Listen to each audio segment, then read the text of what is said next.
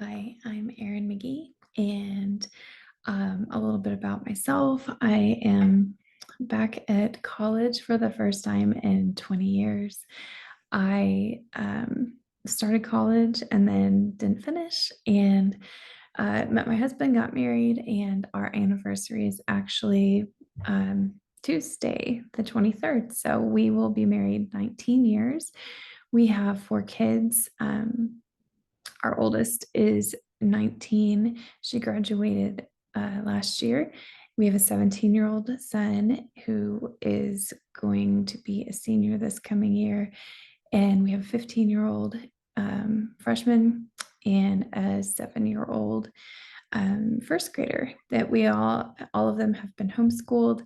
Our oldest and our youngest are both adopted through foster care. We were foster parents for a little while.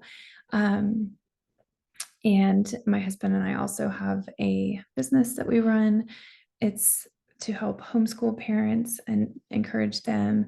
We speak at conferences and have really enjoyed doing that.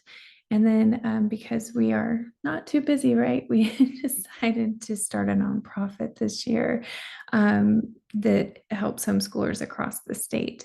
So we have a lot going on between homeschooling and me going back to school. I'm majoring in biblical counseling with all my experience with fostering, adoption, and I love working with people.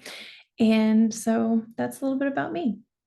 I am going to talk today about the ministry of the Holy Spirit.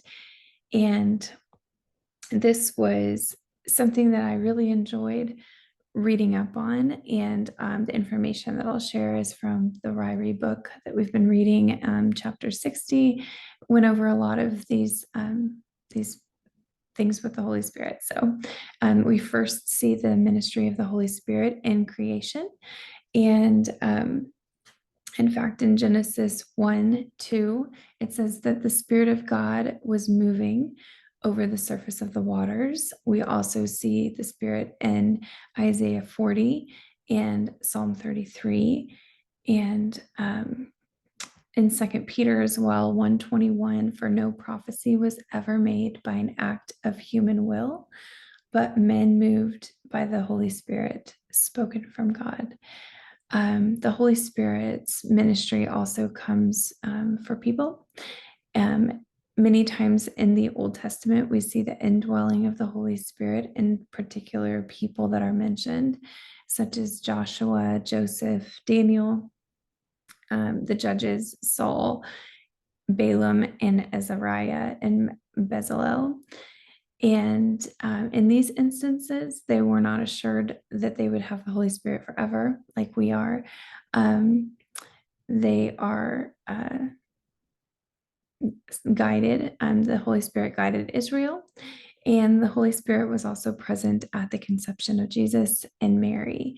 The Holy Spirit ministered also through Jesus, enabling him to perform miracles such as healings, specifically healing blindness and raising Lazarus from the dead and exorcising demons.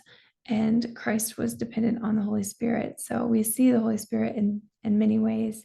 After Pentecost, we are now blessed with the Holy Spirit indwelling us and believers. And this is a shift from the Old Testament, like I mentioned earlier, where the Spirit just dwelled in particular individuals for specific things. Baptism is another way that the Holy Spirit ministers to us, as well as giving us our spiritual gifts, as seen in Ephesians 4. Teaching, guiding, assuring, praying, and sanctifying are all other ways that the Holy Spirit ministers to us. So I guess after seeing all of these things and reading about these things, it's encouraging, and it makes me just think how different it would be as believers if we didn't have the indwelling of the Holy Spirit. And just to think about that, the apostles had that at Pentecost, and just the difference in how people were indwelled for certain things, but there wasn't that persistence in that the Holy Spirit being gifted to them forever like we have. So that's what I have for you. Thank you.